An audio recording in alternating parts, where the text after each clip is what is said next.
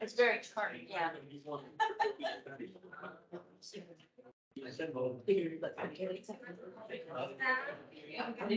Everybody's there.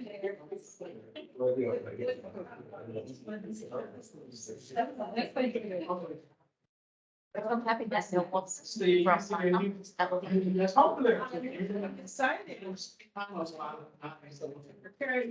Everybody, you gotta come. Always like the ticket to the. It's not. You know. What we got free guys? That must have been small print.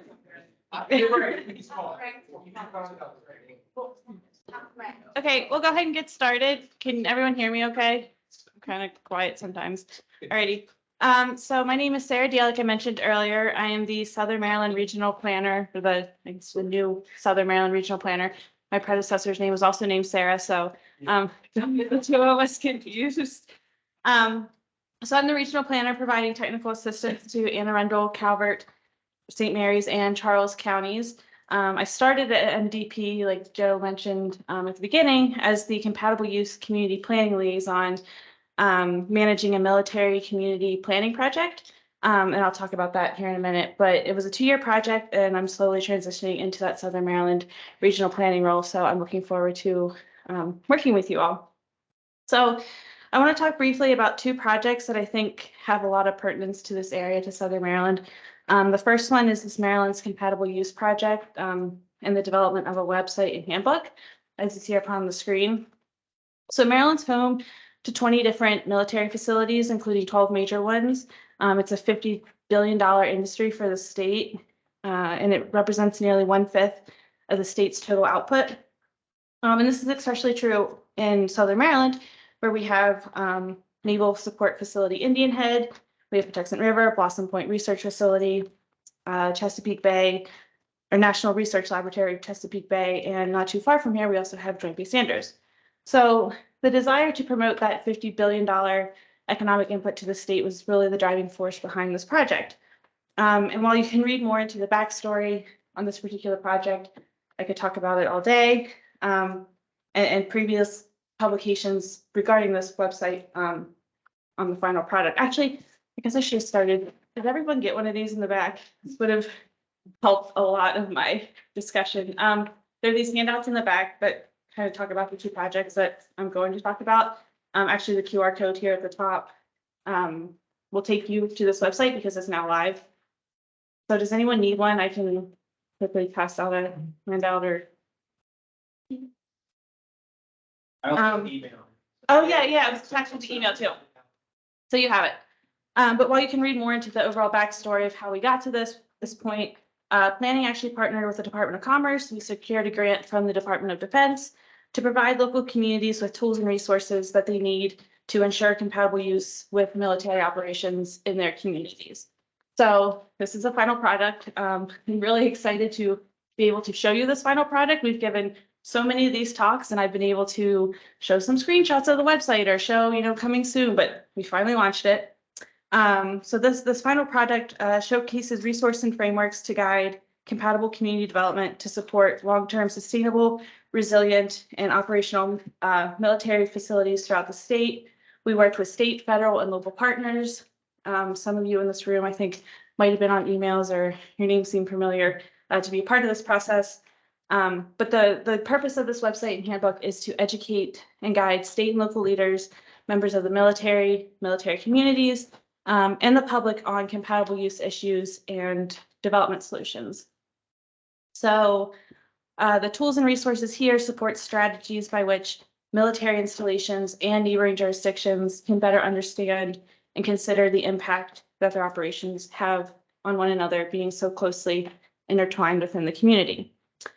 So like I mentioned, this is the website. I'm just briefly going to go over, there's tabs here across the top. I know it's really small, but the tabs across the top, I'll just read them real quick. We have about, we have military installations in Maryland, local governments, state agencies, federal agencies, resources, the handbook component of this website, and then also community information and events.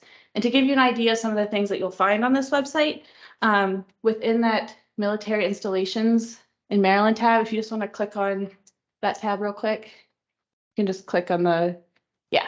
So you'll find overview sheets in each of the state's military facilities, including corresponding community and economic resources that support compatible use around each installation. If you want to go back up to the top and click on the local governments tab, that's sort of the local governments tab is the heavy hitter for this project. You'll find information on outreach and communication tools for increasing collaboration between the installation and surrounding community. You'll find local ordinance development guidance that local planners can consider as a model if they want to implement some of these things within their own areas or their own local zoning codes. A really cool feature that we're continuing to build on the local governments tab here is that best practices library that showcase how communities in Maryland and across the country approach issues such as resource conservation, economic development, safety and nuisance. What else? And then those last two tab, well, the state and federal agencies tab, to give a very high level what they are.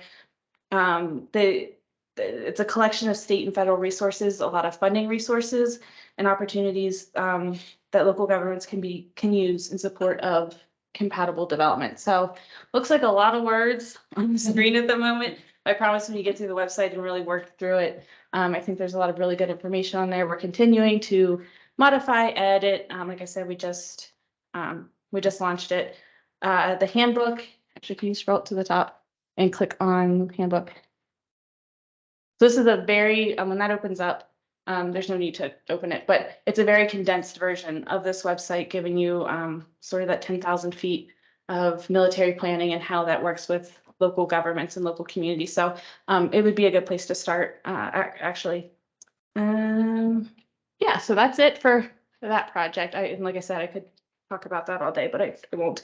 I'm going to do a total 180 on topics here, and I don't have anything on the screen for this, but if you look on the back of your handout, I want to talk a little bit about this idea of citizen planning academies. So to get started, has anyone ever heard of a citizen planning academy, or have you participated in one? That's exciting. That makes my job a little easier. So as noted in my handout, a citizen planning academy is that community education program designed to build a shared understanding between the local government and its citizens. So these academies really help connect the local government actions to interested and aware citizens within the community. And they're a really useful tool to bring together community leaders and promote dialogue, discussion, and particularly action. So these academies, I'm going to refer to them as CPAs, act as a forum for discussing how the area's future can be shaped through planning and really empower citizens to be active in jurisdictional and neighborhood planning. Really just through creating a better understanding of what the development process or processes within their community are. So generally, these academies are usually a 6 to 8 week course and are hosted by a county or municipality and are unique to the composition of each community. So they're all going to look different. They generally involve a mixture of presentations, guest speakers, field trips, and different hands-on activities. So as noted on that handout, there are two great examples here in Maryland that I found. Baltimore City and Howard County both have completed. Actually, I think Howard County has a registration open for the next one. And Baltimore City just completed their last round. So why does the Maryland Department of Planning care? So we really recognize the value of CPAs, and we want to promote them as a tool for communities to connect and engage with their residents. We're really hoping, something that I am working on now, we want to create a one-day training course designed to introduce the idea of CPAs and guide local leaders through the development of an academy for their own area. So this course will cover topics including background, different implementation strategies of a citizen planning academy, and really keeping in mind that, a variety of scales, not each area, not each jurisdiction is going to have the same resources as the next one to host these academies. So how do we plan on doing this? The plan is to conduct a one-day training course led by MDP to help empower and provide the framework to communities and municipalities so they can go home and conduct one of these CPAs themselves. So taking the form of a one-day training course would be structured around the idea of I do, we do, and you do, which Joe's over there laughing with the teaching background. It's taking me some time to catch on to this, but we're getting there. During the I do session, we talk a lot about sort of that CPA 101, the why, how communities can benefit, and some of the logistics to consider when preparing or considering for a Citizen Planning Academy. The second part, and this is where I'm looking for some help and maybe some interest, this we do idea will outline the types of information that would be presented in a Citizen Planning Academy, but using real world example. So this would most importantly demonstrate how a community can take all of the information that's out there about planning and development in their area and pinpoint what are those key pieces of information that citizens in their community should know about. So for example, the comprehensive plan, zoning and land use regulations, how a citizen can get involved in their community. So during this section, like I said, we take specific information from an area and discuss how to lay that information out over the timeline of that 6 to 8 week course. And then finally, the you do portion where participants would all come back together during this one-day training and use their own local plans, procedures, and regulations to collaborate with their colleagues that are hopefully there at this training course with them to develop their own Citizen Planning Academy outline and consider resources that they might have locally to implement. So that way they're taking home a handout or a jump start on implementing a Citizen Planning Academy in their own community. So like I mentioned, we'd really like to partner with La Plata or any other Southern Maryland jurisdiction to help begin to build that second portion so that when we engage with other interested areas, we can use sort of this area as a model of like, okay, these are the circumstances, these are the characteristics, and like this is how it would be formed, you know, looking at this area. Ideally, I'd love to get this rolling by the end of 2023, at least be able to start to reach out to areas and offer this one-day training so that they can then go home and, you know, start to engage their own citizen planners. So yeah, if you're interested or want to take it home to your home offices and think about it, my information's on the bottom of those flyers, and my business card is in the back. And I think that's all I have. Does anyone have any questions about either project?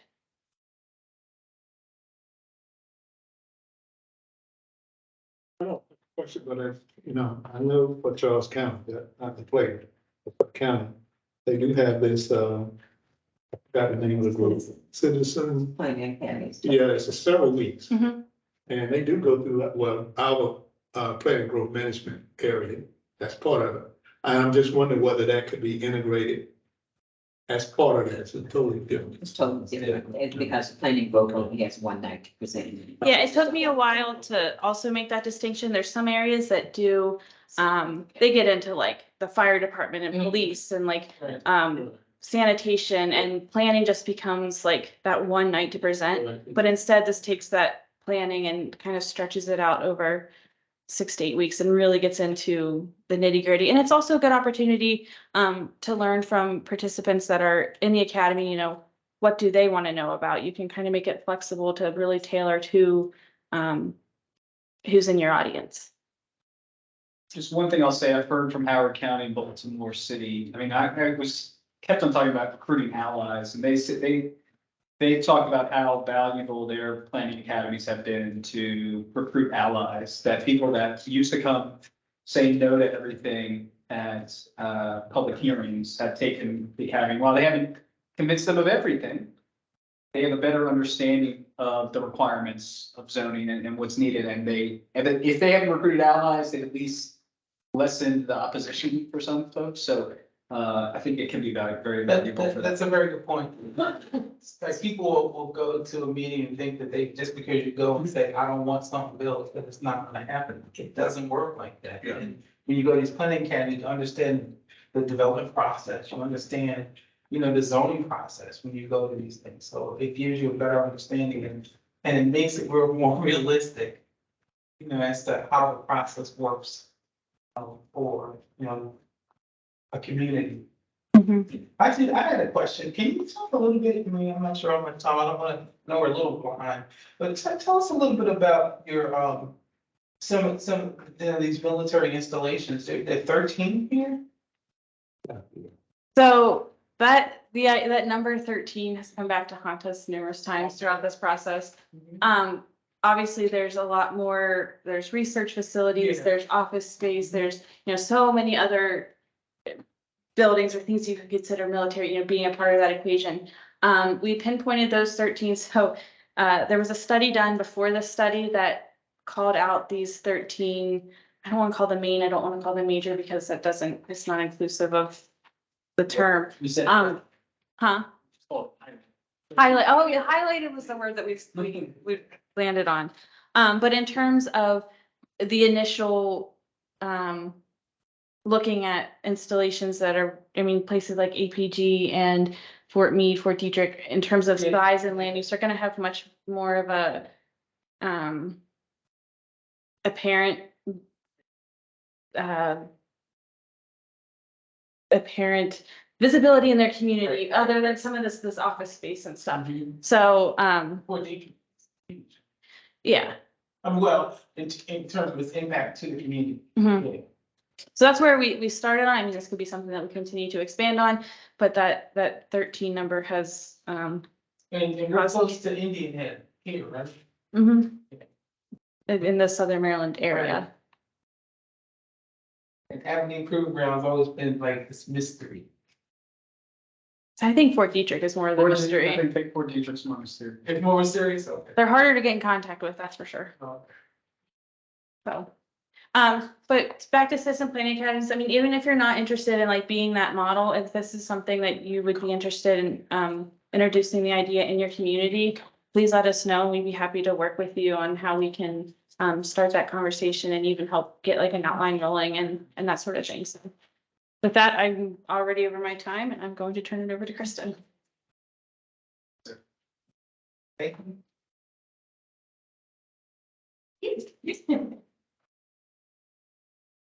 Hello, everybody. So I'm Kristen Humphrey, and I am called a local assistance and training planner. I'm kind of a hybrid. I'm not a regional planner like Sarah and the other regional planners around the state. And one of the things that I have been doing recently is assisting Joe with the MPCA, with the planning department support of the MPCA. And it's been wonderful. So I'm very glad to be here, and thank you for having me. So what I want to talk to you about, and I have no visuals at all, sorry, so you just have to pay attention to me.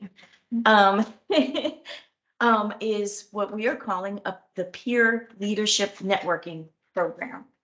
And this is something that's been brewing for a while within the MPCA, at least within the MPCA inner workings, the board and the executive committee of the board. It's gone through several iterations, which I don't think are very important anymore. We have landed on this concept of a peer leadership network, the idea behind it being that there are many experienced planning commissioners, board of appeals members, zoning and, I'm gonna get that title mixed up. Zoning. Board of Zoning Appeals members. Board of Zoning Appeals members, it's such a mouthful. In any case, there are many experienced ones throughout the state without question. And then we've got new folks coming up. And so a lot of these folks are very experienced in their own careers and their own backgrounds, but they're new to the world of citizen planning. And it can be very intimidating and it can be very overwhelming. And there's a lot to learn. And so the idea is to pair up some of the more experienced folks with some of the newer folks. Pretty simple. So a peer and a peer leader is the idea. So one of the reasons for doing this is, people sometimes feel, besides overwhelmed and downright mystified, but by what they have just taken on, is there's the intimidation factor of, I don't really want to let everybody know in the room that I don't really know what the heck they're talking about. So I'm just going to sit here and be quiet. And, you know, sometimes I've heard from folks that they've sat and been quiet for 3 years, you know, while they got up to speed.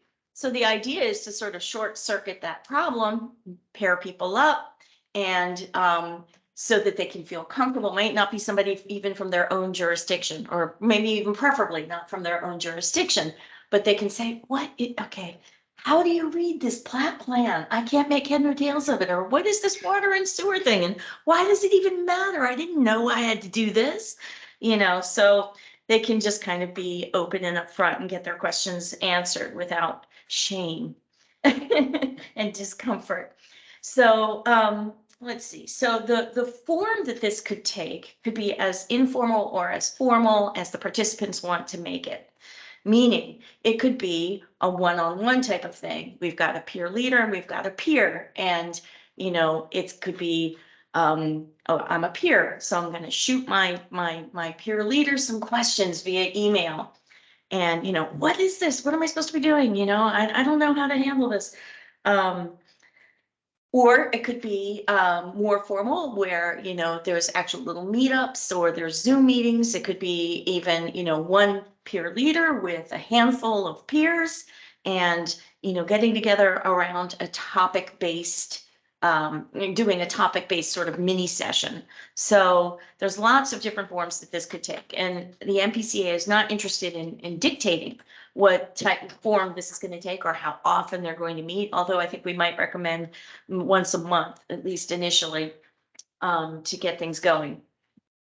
And what are the benefits of doing this? Well, obviously networking, camaraderie that comes through shared experiences and anecdotes. I mean, there's always that great story of the worst citizen meeting that you've ever had and how you got out of it alive, you know? So that can always make things kind of exciting, I think. Knowledge, an exchange of knowledge, confidence building at the same time as skill building. And let's see. Oh, I think one of the most important things is, as with all forms of teaching, at all levels, often the leaders and the teachers come away saying that they got as much or more out of the experience as they think that their peers or students did. So, and there's also the reason why it can't be fun. You know, go for a beer afterwards if you're getting together in person. So the status of this thus far is we're just trying to get this off the ground. We've been trying to get it off the ground for a little while, but we're more focused and intent on it than we have been before. And so the long story short, we have probably a half a dozen to a dozen very experienced folks from around the state who are interested in being peer leaders. We're happy to have more, however. And we're going to be featuring these folks in upcoming issues of Planning Practice Monthly, which you might have heard me mention before. It's the Maryland Department of Planning's electronic newsletter that comes out once a month, and we have a section in it called the MPCA Corner. So we're going to feature some of these folks, and we're going to, you know, say something about their background and their experience, and, you know, maybe they'll provide a brief little anecdote right there, or at least express what their area of interest is or what value they think that they can add to folks coming up. So we're going to begin doing that next month after, sometime soon. But we're also eagerly seeking peers. So we have the benefit of, when folks take the planning commissioners training course, we know who they are. We can find them, right? So we are now but we never previously kept track. We sent out certificates saying congratulations and welcoming them to the world of citizen planning and the MPCA and so forth. But now we have a way, we do have a way and are going to keep track of these folks and reach out to them and say, hey, we have this wonderful networking program that we're starting, and we've got a peer leader in your area that we think you would benefit from meeting, and, you can ask all those embarrassing questions and so forth. But we're also just, reaching out more broadly. And so this is kind of a test case.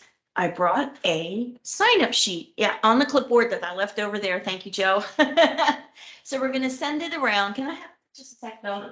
I just want to tell everybody So if you're- what's on it. Thank you. Yeah. Oh, and the pen. Thank you. Yeah, pen is useful. Did I think of that? No, but Joe did because he's experienced. Okay. So basically, there's just a spot here for your name, your jurisdiction and the organization that you're a part of, and years, question mark, maybe it's been less than 1 or it's been 20 or however long, your email. And then there's a little tiny column that says L question mark. Are you interested in being a leader?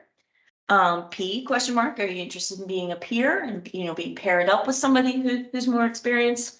And so for some of the professional planners here, I guess this isn't going to be specifically relevant, but in any event, here we are. Well, I And- would say that anybody can sign up for more information. Well, this is So true. we want to encourage staff, professional planners to encourage their planning commissioners to participate in this, right? Yes. So, This is true. This is quite true. This is quite true. And finally, there's a very small area here. So, if you need to, fill up more than 1 line on it, it's okay. We've got 2 sheets. There aren't so many people here that it's gonna be completely filled up. But your area of interest. So if you are interested in being a peer leader, I would really love to work with a group of people and, like I said, get them feeling confident reading maps or whatever it is, okay? Or if you are new to the whole process, what kind of thing you're just completely mystified by that you would love to learn more about. So I'm going to send this around with a pen. And I appreciate y'all being here, and we'll be eager to see who wants to do what. Any questions? Is it exclusive to planning commission members, or could it be any volunteer, planning boards? Boards, zoning, Yeah, but I think that's a very good point, because some people who may be interested in being a planning commissioner, who aren't now, may find this useful, find out what it is that a planning commissioner does. Because that came up when we talked to some of the people when we did our initial run. it did. I think they have more flexibility with the peers than Yeah. the peer leaders. We probably want the leaders to be experienced board members on an adopted, like on an appointed to a board, but whereas the peers, people that are interested in planning or maybe they're active on an advisory board that's not an official appointed position, we'd have some more flexibility in connecting. Yes.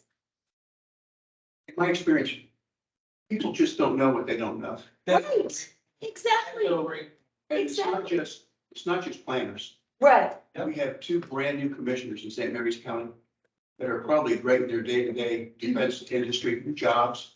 You've made our They do point. not have a clue.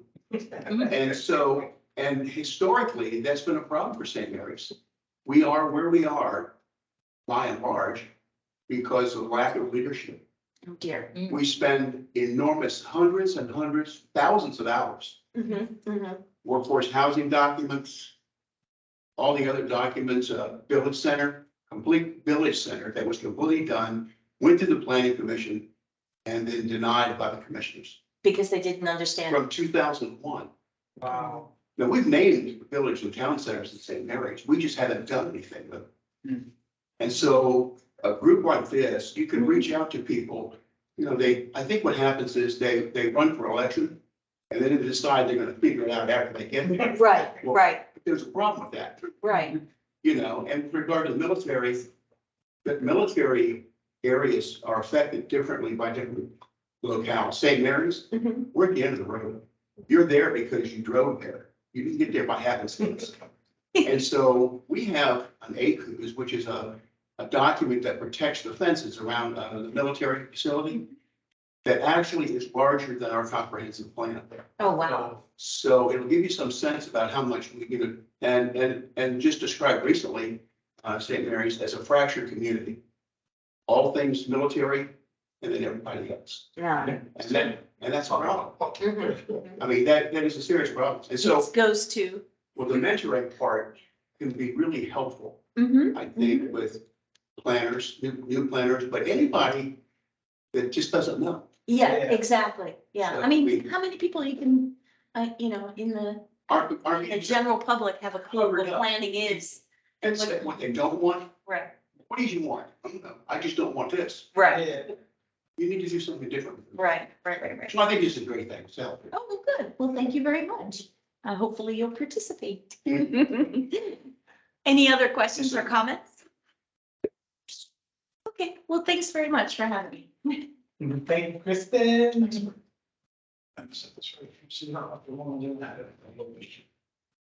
Okay, great. You're trying to shine in your January. Yeah. That's right. You can project this far and you don't have to stand. Oh, okay. All right, great. Thank you so much. Sure. I want to honor the room by standing, but I'm glad that, I hope people don't feel that I'm being disrespectful. Okay, thank you.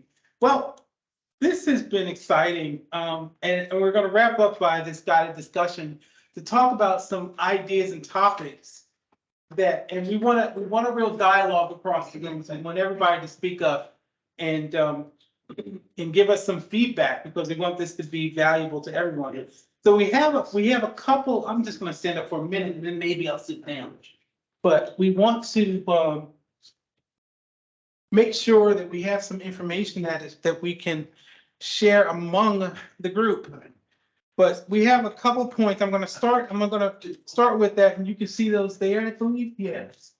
So from a standpoint of local planning needs and priorities, over the next 10 years, what topics and issues do you feel will be similar to the previous 10 years? And what topics do you feel will be different? And I mean, that's kind of broad, but hopefully, okay. I think, Yay, we got one hand. I think affordable housing will continue to be an issue.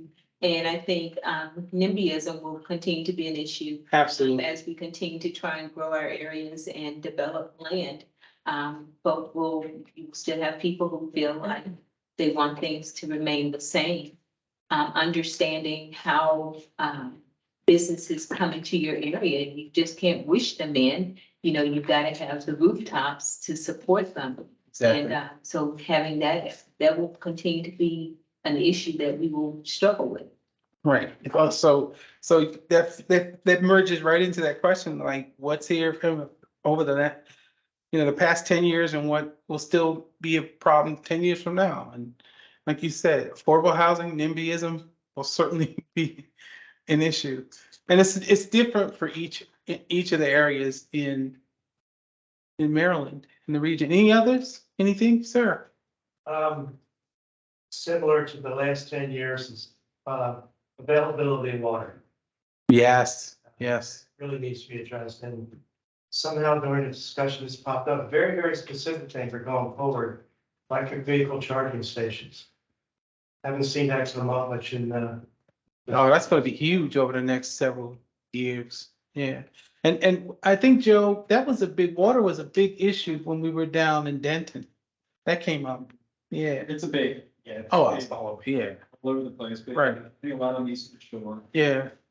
And learning more now than southern Maryland. Add to us that, I think, oh, I'm sorry, I broke into your car. I was just.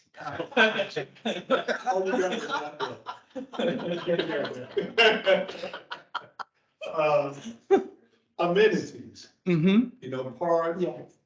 Yes. Oh, yeah. That is gonna still be a major. Absolutely. As land becomes more, we're in a rebuilding in our area, but here, and I was just mentioning to the gentleman, where's the gentleman? We were talking, and when I was driving down here, I was just amazed to see there's so much development. It's amazing, and it looks like there's plenty of room for it. you know, but in our area, everything's about redevelopment, you know? So, yeah, that's a very good point about amenities and making sure that you factor that in, you know? Yes, sir. So, just one question and an observation. Sure. Is that driving this corridor, the DC corridor from DC through Maryland, which goes through PG County, down Charles County, and stuff. You can see the development up in those areas of the sewage lines, Mhm. the diggings being done, all this stuff. It's just not making its way down to here. Mhm. That's something that needs to be changed over the next 10 years. Just don't look at what you have right now. You have to look at what you're gonna have for 10 years. That's true.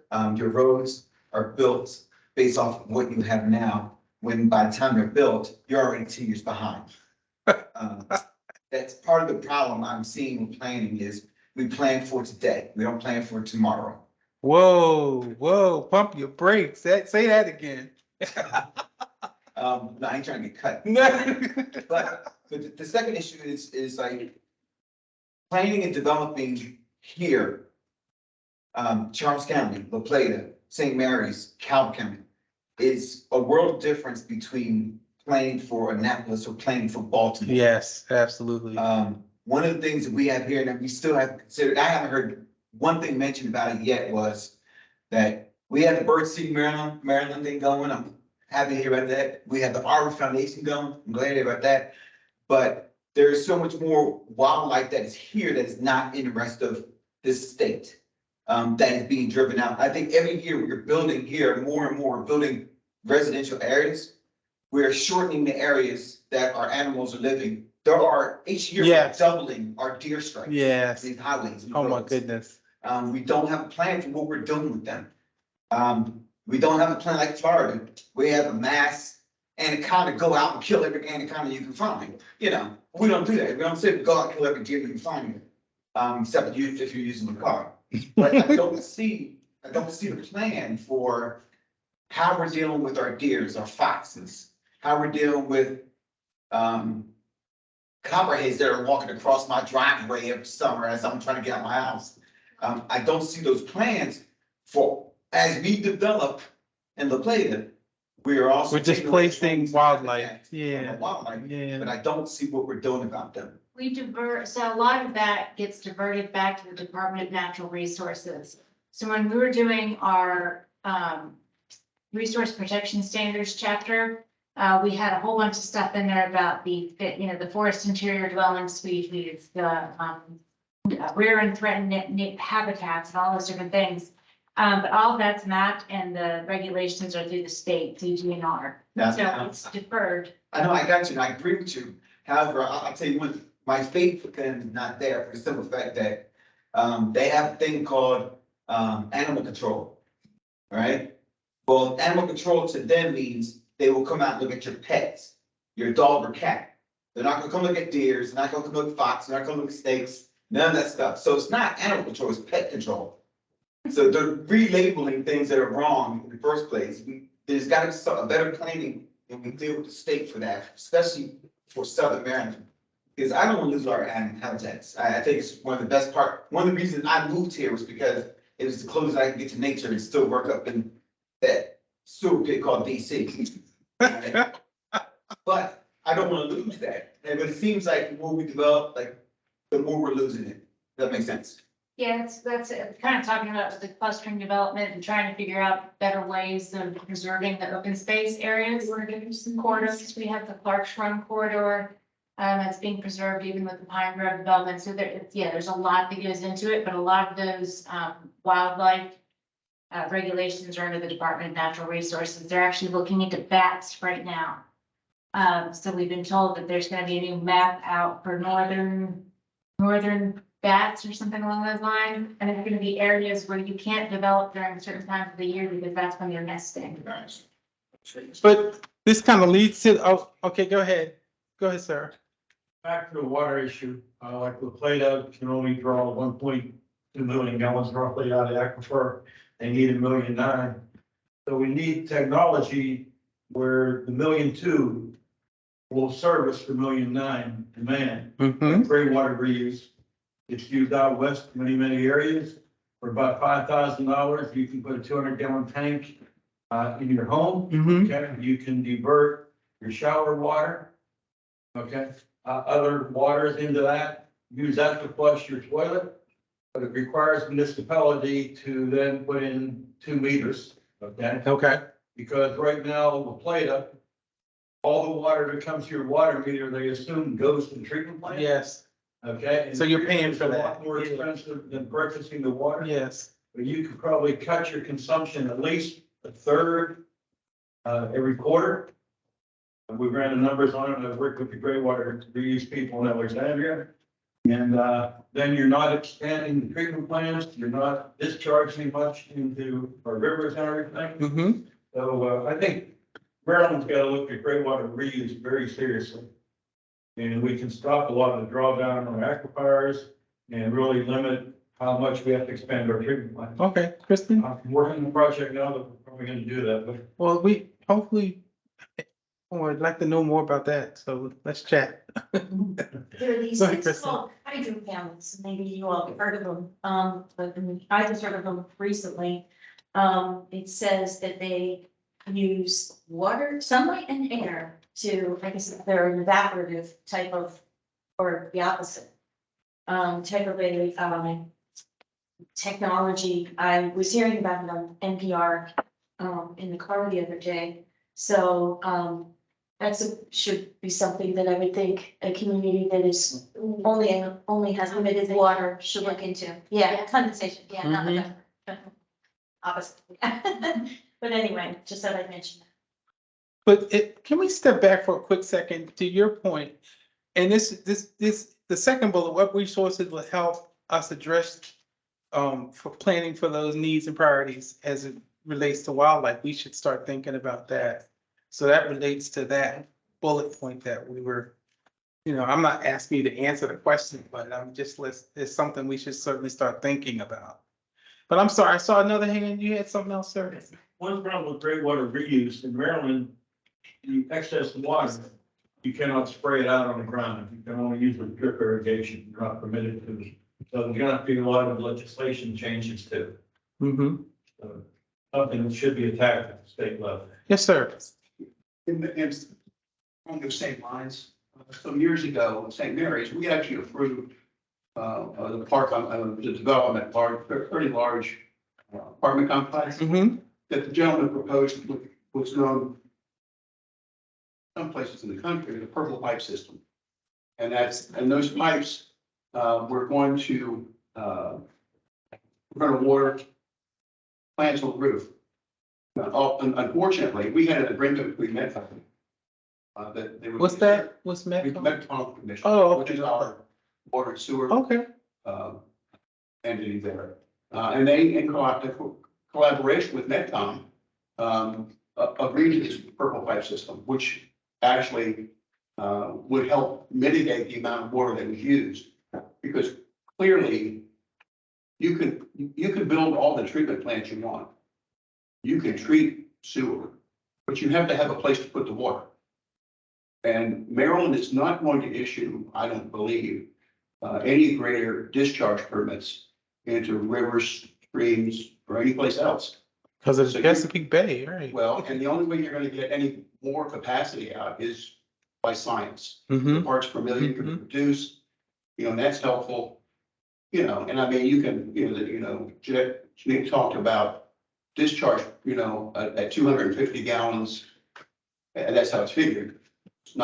That's not actual, but I mean, it's something less than that. But when you start tweaking it downward, you can only go so far. Mm-hmm. And what you're going to do is you're going to run out of capacity. And APF with regard to water is one thing. Sewer is an entirely different animal. Yeah. So, I don't necessarily have an answer for it, other than, for example, Leonardtown has annexed properties. Mm-hmm. And this next group of, homes or whatever development will go forward, they will run out of capacity. What's gonna happen is there's a jailbreak Mm-hmm. for people to issue EDUs. Oh, okay. So, So, thank you so much there. Let's look at one of the other topics we have here. Have you engaged in any regional or local planning coordination efforts? And if you don't like that question, I got another one. Oh, I think I can get some hits on this one. Describe your successes and challenges with engaging your community. Everybody's hand should be up. No names, just experience. Just It just seems like they want to be engaged when there's something they don't want to deal with. yes, And yes. Janine and I have had a conversation before that we could just get them more involved, like when we're developing a comprehensive plan. Yes. Like that. And I guess it ties back to the comment earlier about how little the public actually knows about it. Right, and the Citizen Planning Academy, that would be perfect. But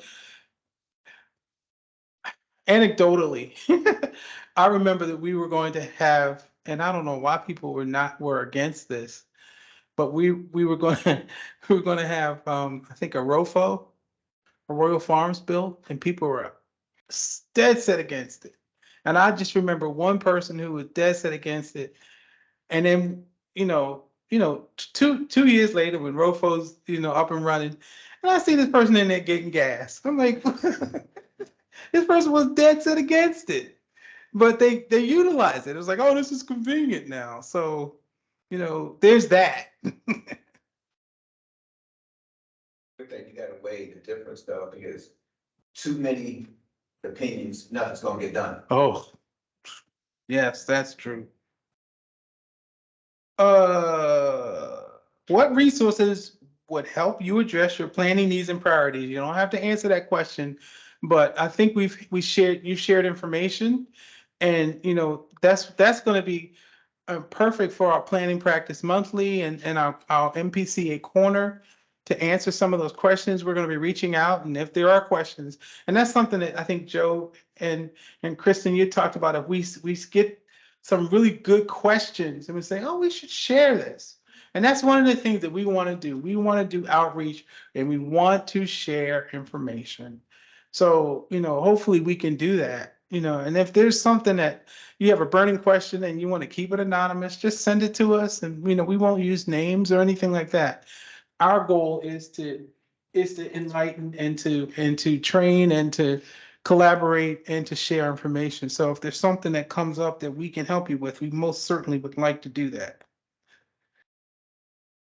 So what topics and issues would benefit from regional and local coordination? I mean, we talked about some of that, but as I said, this is designed to get you to, to start thinking about it. We don't necessarily, we also want to have a dialogue, but it is, it's 3:53. We got 7 more minutes.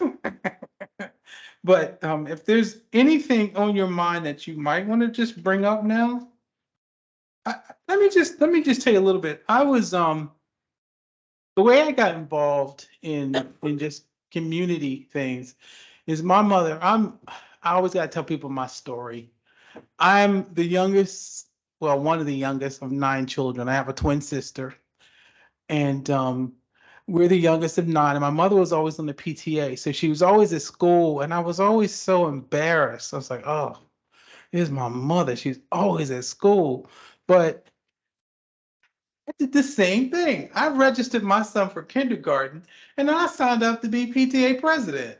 And because it was, my mother taught us that it was a real partnership, and it was important. And she made education important for all of us. So that's how I got involved in just community and just giving back to my community. So the mayor of Gaithersburg came to me and said, Danny, why don't you consider being on the planning commission? I'm like, okay. I don't know nothing about it, but okay. And then I can say, oh yeah, I'll change the world. And then when you get on there, and I'm sure that each of you all have thought this, she said, you're going to change the world. You're going to just, everything's going to you're just going to just rock this thing. And then you get there and go, you know what? It's a little more difficult than you initially thought, because developers have the right to develop their property, but we can kind of nudge them this way and nudge them that way. I'll talk about one instance when I'm still on the planning commission, but we were, because of my experience in being on committees, I was on the planning committee for several of the high schools and middle schools in my area. And I knew the acreage requirement for the building of a middle school, an elementary school, and a high school.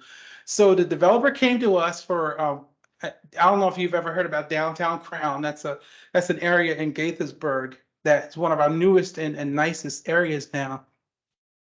But there was supposed to be a set aside for a new high school. And the developer only set aside 25 acres of land. And when I saw that and I brought it up at our meeting, I said, well, there's an issue here. I said, you only set aside 25 acres. That's not enough. And they said, oh, well, okay, we'll just address that. So the director of planning from the city of Gaithersburg said, Danny, boy, they were hot with you.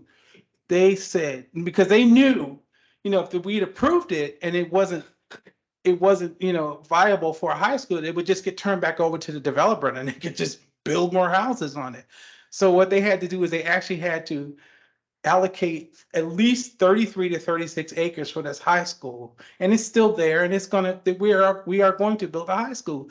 But if I hadn't had that knowledge just by happenstance, then, that would have affected an entire community. So all the little stuff that you do here, all those meetings, all that information that you take in can make a difference. It can absolutely make a difference for a community. Now, everybody who goes to that school from now on doesn't know that Danny kind of saved the day, Yeah, exactly right. Yeah.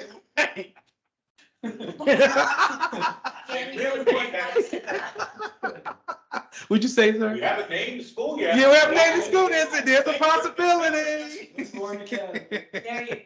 Yeah, but I say all that to say you can make a difference in some small measure, in some small way, and maybe I did, and that's what I look at. I look at, when I got involved with the MPCA, I said, how can I make a difference? And that's one thing my mother taught us, to make a difference, to don't be a pain in the butt, but make a difference.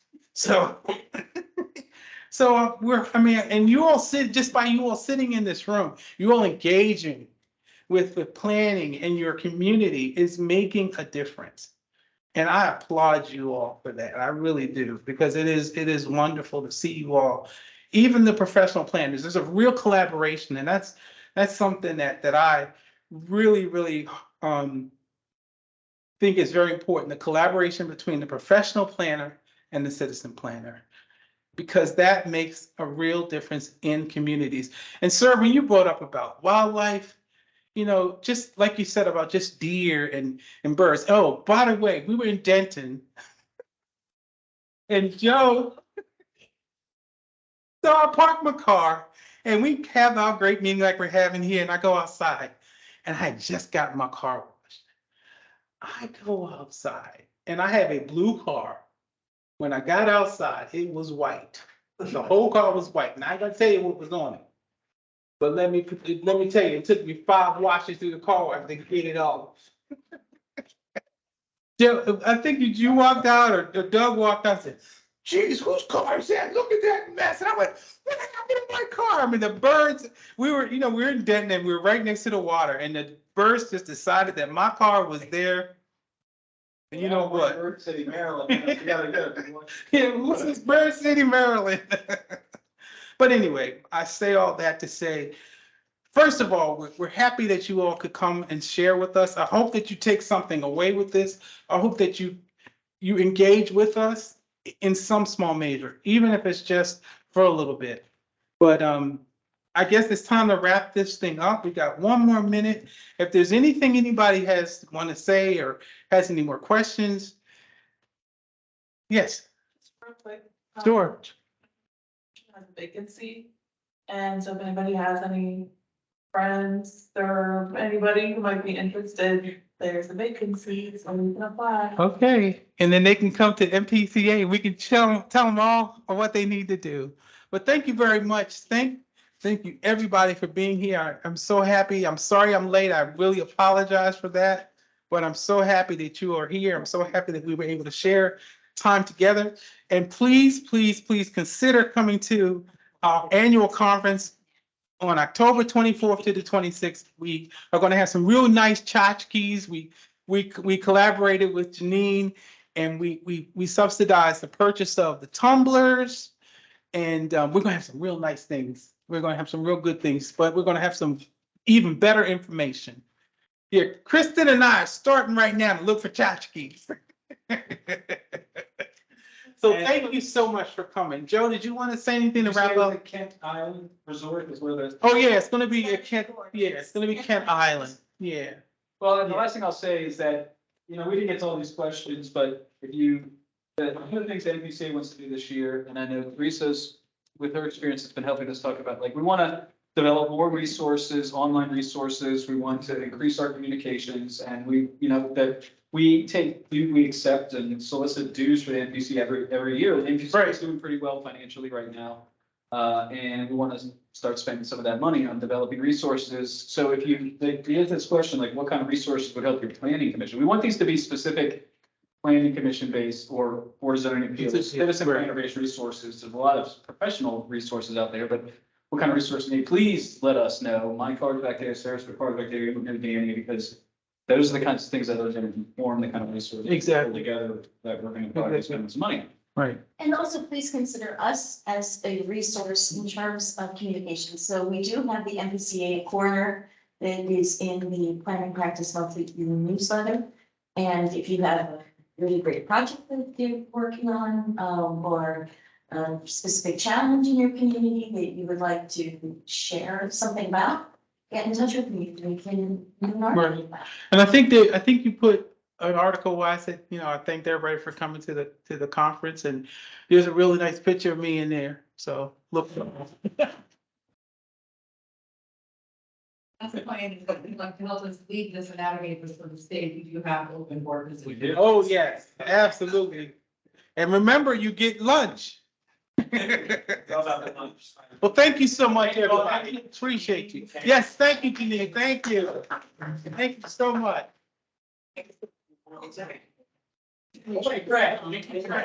So